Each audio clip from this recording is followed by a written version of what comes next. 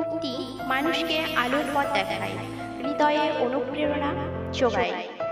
উক্তি মানুষের নৈতিকতাবোধ জাগ্রত করতেও গুরুত্বপূর্ণ ভূমিকা পালন করে। অপরাধ না করেও যখন অপরাধী হয়ে যাবে তখন চুপ থাকাটাই সব থেকে ভালো, কারণ চিৎকার করে নিজেকে নির্দোষ প্রমাণ করা যায় না। আড়ালে কাজের বিঘ্ন ঘটায় কিন্তু সামনে ভালো কথা বলে, যার উপরে মধু কিন্তু অন্তরে বেশ, তাকে পরিত্যাগ করা উচিত। তারাই সুখী যারা নিন্দা শুনে নিজেকে সংশোধন করতে পারে। নিজেকে কখনো ছোট মনে করবে না। মনে রেখো, পায়ের নিচে ঢোকা ঘাসটাই পুজোতে কাজে লাগে, মাথার উপরে তালগাছটা নয়। কেউ যদি তোমাকে ভালো না বলে মন খারাপ করো না, কারণ এক জীবনে সবার কাছে ভালো হওয়া যায় না। নিজেকে যদি শক্তিশালী করে তুলতে চাও তাহলে একলা কিভাবে থাকতে হয় তা শিখে নাও। জীবনে যত বড় মনের মানুষ হবে ঠিক ততটাই বুঝতে পারবে কোনো কিছু নিয়ে তর্ক করার থেকে নীরব থাকাই অনেক শ্রেয়।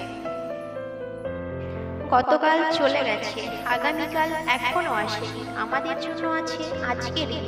তাই এখনই শুরু করা যায়।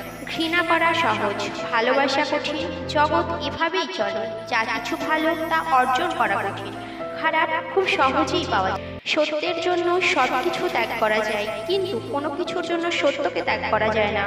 তোমার যতটুকু সামর্থ্য আছে গরিবকে দান করো। মনে রেখো, গরিবের আশীর্বাদ ভগবানের আশীর্বাদের সমতুল্য। কাজের কারণে আমরা ক্লান্ত হয়ে পড়ি না, আমরা ক্লান্ত হয়ে পড়ি দুশ্চিন্তা, হতাশা এবং বিরক্তির কারণে। ধনী আর গরিবের মধ্যে একটাই পার্থক্য, ধনীরা খাবার হজমের জন্য দৌড়ায় আর গরিবরা খাবার জোগাড়ের জন্য দৌড়ায়। তুমি পারবে না লোকের সম্পর্কে তোমার ধারণা বদলাতে, সুতরাং তুমি সেটাই করো যেটাতে তুমি খুশি থাকবে। অসহায়কে অবজ্ঞা করা উচিত নয়, কারণ মানুষ মাত্রই জীবনে কোনো না কোনো সময় অসহায়তার শিকার হবে। যার যেটা নেই সে কখনো সেটার মূল্য বোঝে না, একমাত্র সেই ব্যক্তি সেটার মূল্য বোঝে যার কোনো জিনিস পূর্বে ছিল কিন্তু এখন নেই। স্বপ্ন সেটা নয় যেটা মানুষ ঘুমিয়ে ঘুমিয়ে দেখে, স্বপ্ন সেটাই যেটা পূরণের প্রত্যাশা মানুষকে ঘুমোতে দেয় না। আমি ব্যর্থতাকে মেনে নিতে পারি, কিন্তু চেষ্টা না করাকে মেনে নিতে পারি না। কাউকে সারা জীবন কাছে পেতে চাও, তাহলে প্রেম দিয়ে নয় বন্ধুত্ব দিয়ে আগলে রাখো, কারণ প্রেম একদিন হারিয়ে যাবে কিন্তু বন্ধুত্ব কোনোদিন হারায় না।